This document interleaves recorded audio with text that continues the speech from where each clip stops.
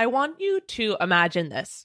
You've tried everything, diet after diet, therapy, different coaches, endless research, and maybe you've made a little bit of progress, but there are still those lingering pieces. You still find yourself turning to food when you're bored, sad, or needing comfort.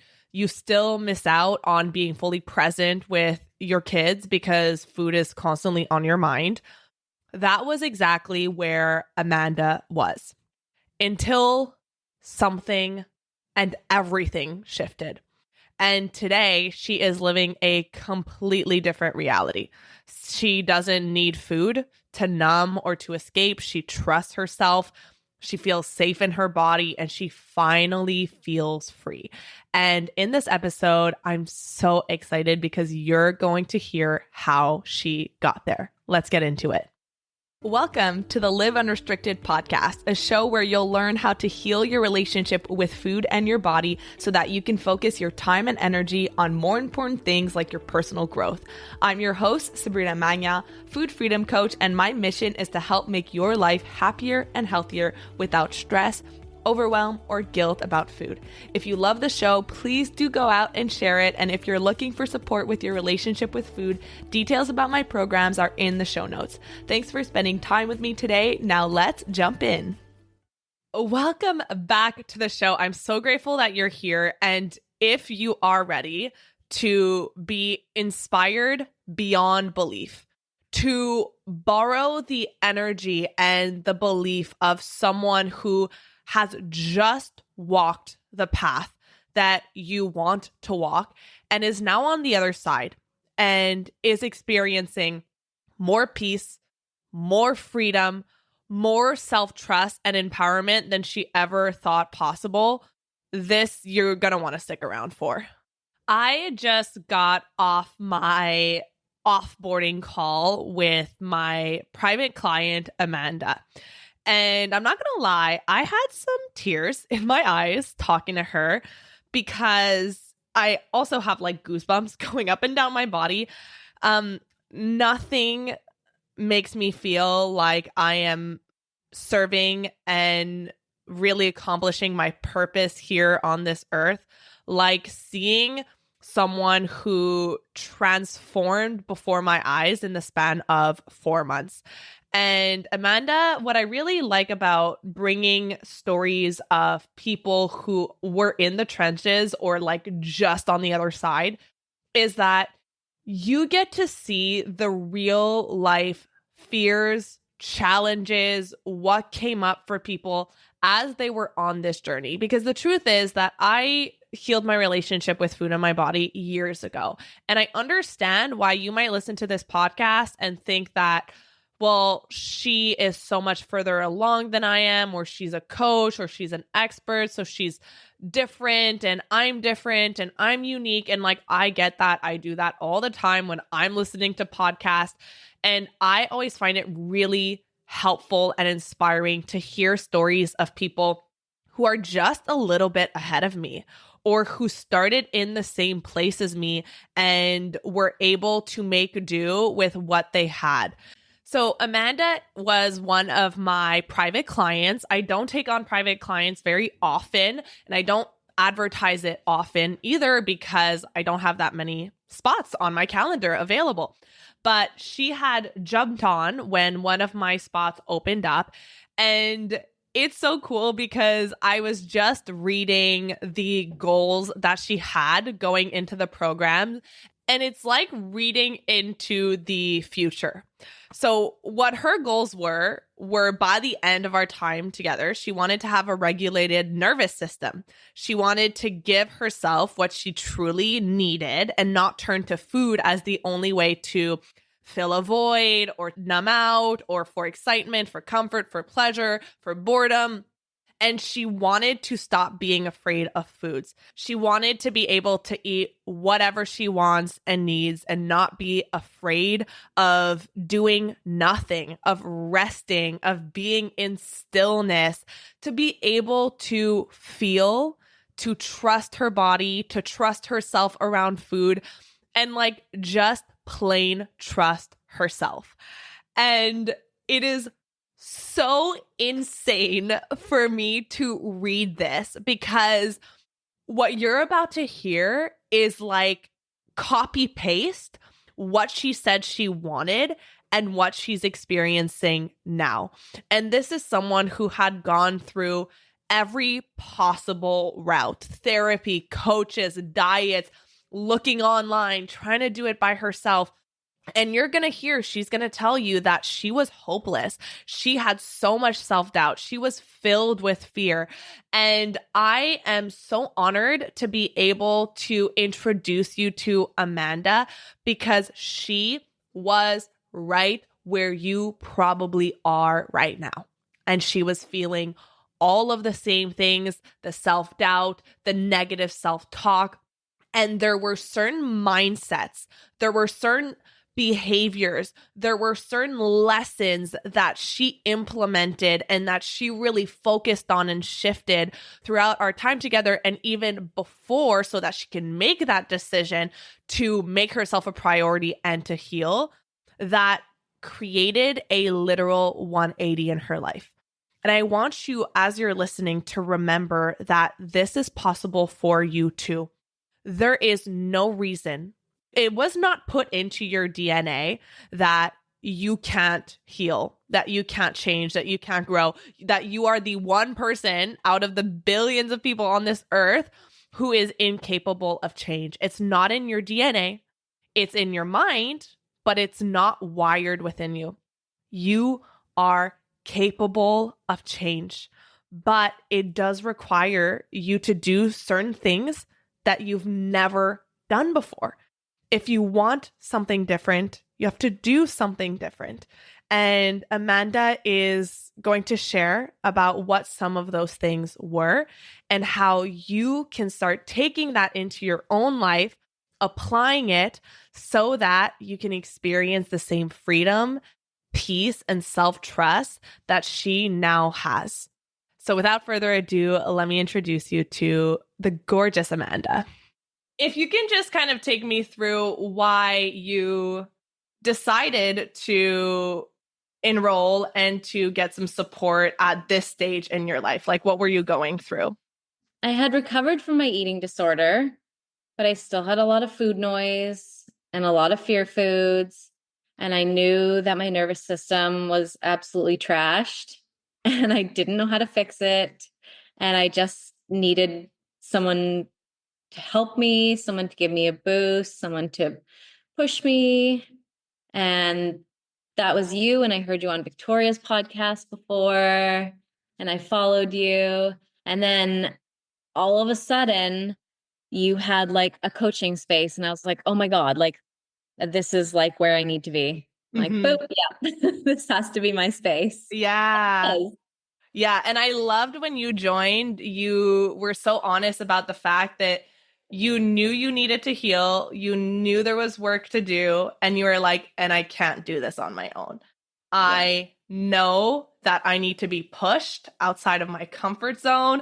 I need accountability. Because had you been trying to do things on your own? Yes, I had. And I wasn't doing quite the right things in quite the right way.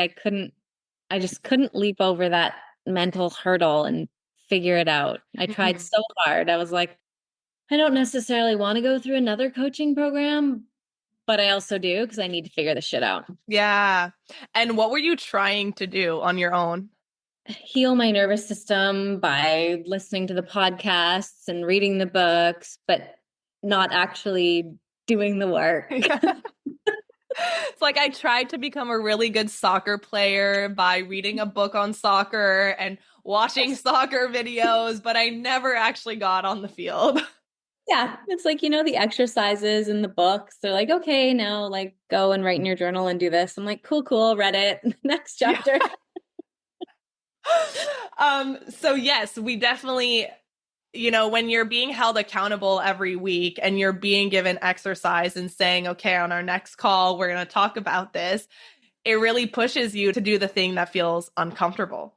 And what did you find to be as you really started doing this work and getting specific clarity on what you should be focusing on, what makes the most sense for you, and how you can apply it?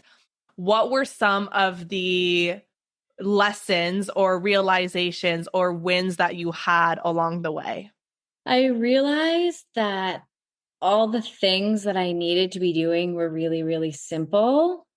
Like they were so simple that they're almost missable, but in the simplicity of it is where all the changes actually took place. Like, even the the 10 breaths, I was so resistive to breathing. And it's like, it's crazy because it's so easy, but it's like, well, I'm not doing that. Like, I It's too wouldn't. easy. Yes, it's too easy. And like, what is breathing actually going to do for me? Like, nothing, but actually, it does everything. Yeah. I love that you said that because I've talked about this before that issues with food and body image and fear of weight gain and disordered eating are complex, meaning that they're connected to so much. They run deep. There's a lot going on, but Mhm. the solutions are actually quite simple. And I think that a lot of people, when they feel like they have been trying to fix it by themselves for so long, and you feel it, you feel that it runs deep. You're like, I know that there's so many, like the root canal of a tree, and they think that it needs to be as complicated as the issues themselves. When it's Yes. like the more complicated you make it, the harder it's going to be, and the more overwhelmed and burnt out you're going to get. So the solution is actually quite simple. And when you can make it simple, what happens is that you actually do it. Like that was the biggest thing is I wanted to keep it simple with you because I was like, she's a mom. She doesn't have like hours to spend on this. How can we just make sure that she does something? And Yes. that is how you would come back and you're like, okay, I did it and it actually worked. Yes. Yeah. And I just needed someone to hold me through that. And you did that for me. hmm And so, what were some of the fears that you had going into it about like maybe this isn't going to work or this is going to be hard? Like, what were some of the fears? The core fear was this is not going to work because I felt like I had tried and nothing I had done would work. And I was like, well, what is she going to tell me that I don't already know and haven't already tried? And then I'm just wasting money and time and I'll be worse off at the end because then I will have failed. Mm, yeah. So, you heard all those fears and you decided to take action anyways. Yep, I did. Why? Because I wanted to get better. I really I couldn't stay where I was. I was so unhappy. Like that wasn't living. hmm What were you experiencing on like a day to day? Anxiety, depression, sadness, fear, doubt, shame, hopelessness, despair. And now, after doing all the work, the very simple work, what are the transformations that you've experienced and how are things for you now? I am able to actually be present in my life, in my day, in my moment with my son. I'm able to name my emotions and feel them and really know that I'm not going to be stuck in, say, anxiety. Just because I'm feeling it right now, it doesn't mean that it's a forever feeling. It will pass through me if I let it. Before I was just clinging so tightly to it that it would just never pass through. I have way less fear foods. I'm open to eating them. I can keep them in my house. I'm not afraid of Halloween coming.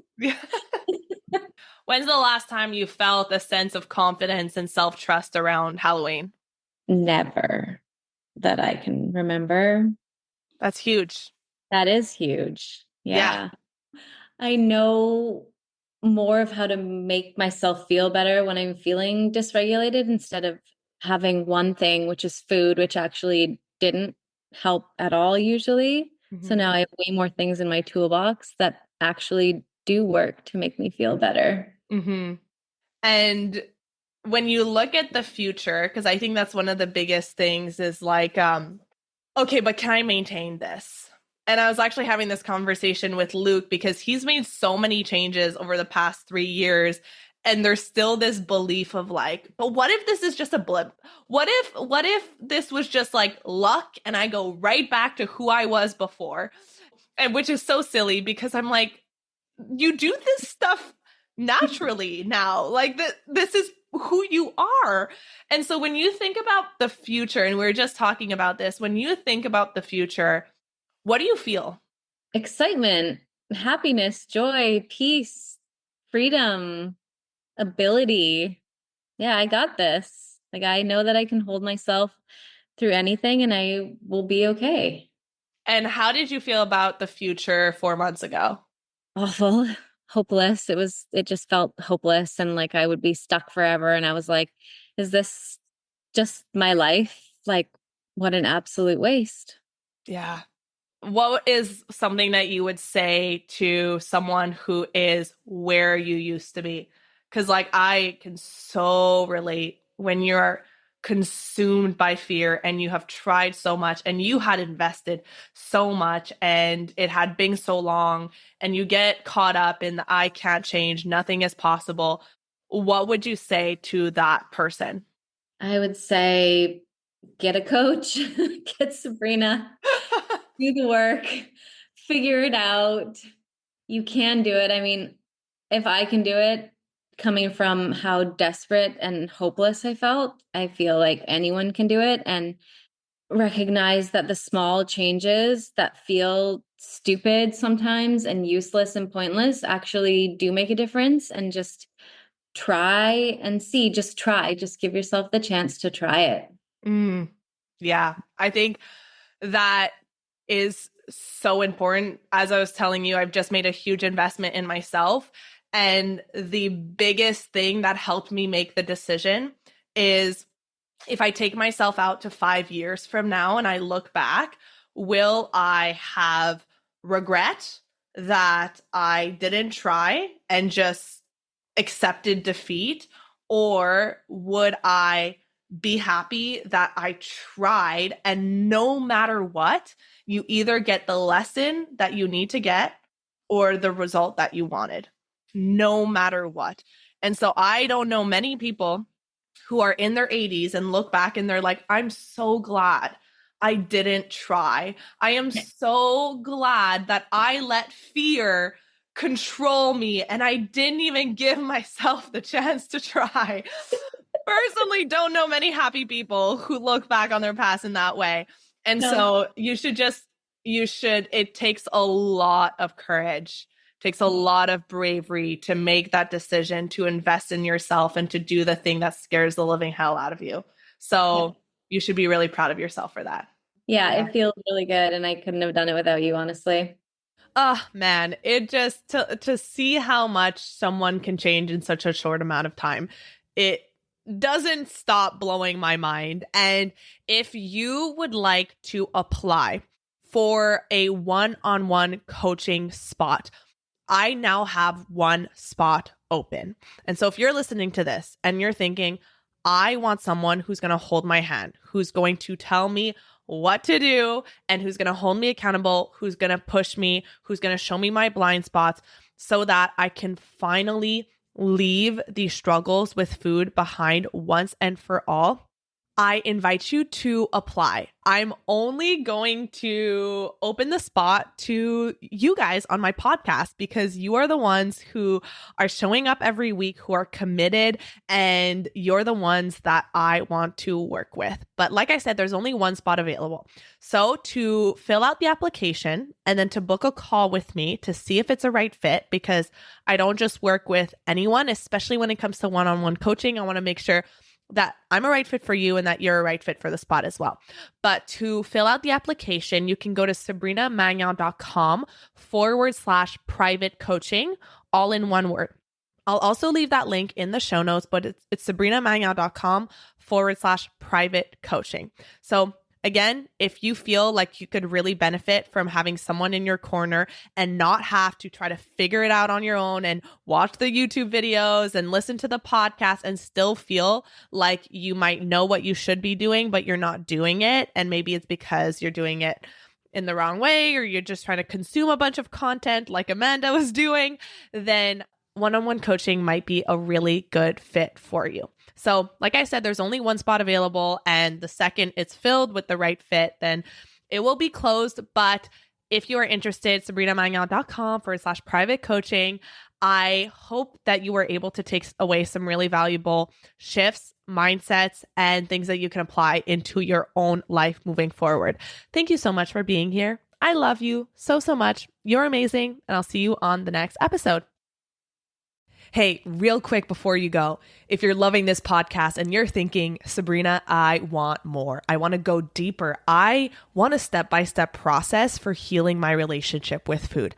I've got a free workshop that literally walks you through it. It's a full breakdown of the exact method that I use to help my clients stop binging, heal emotional eating, and finally feel at peace with food and their bodies. It's totally free. So if you're ready to stop feeling obsessed and out of control with food, head to sabrinamagnan.com/training or find the link in the show notes. Thank you so much for listening to today's episode. If you found it valuable, I would love if you would share it with someone you know that could benefit. If you're loving the show, don't forget to subscribe over on Apple Podcasts so you don't miss a single episode. I really love hearing feedback from you, so please leave a rating and review over on Apple to help us get in the ears of more people who need it the most. Finally, come hang out with me on Instagram at Sabrina Magnan Health for more educational content and get up close and personal with me. Thank you so much for being here, and I'll see you on the next episode.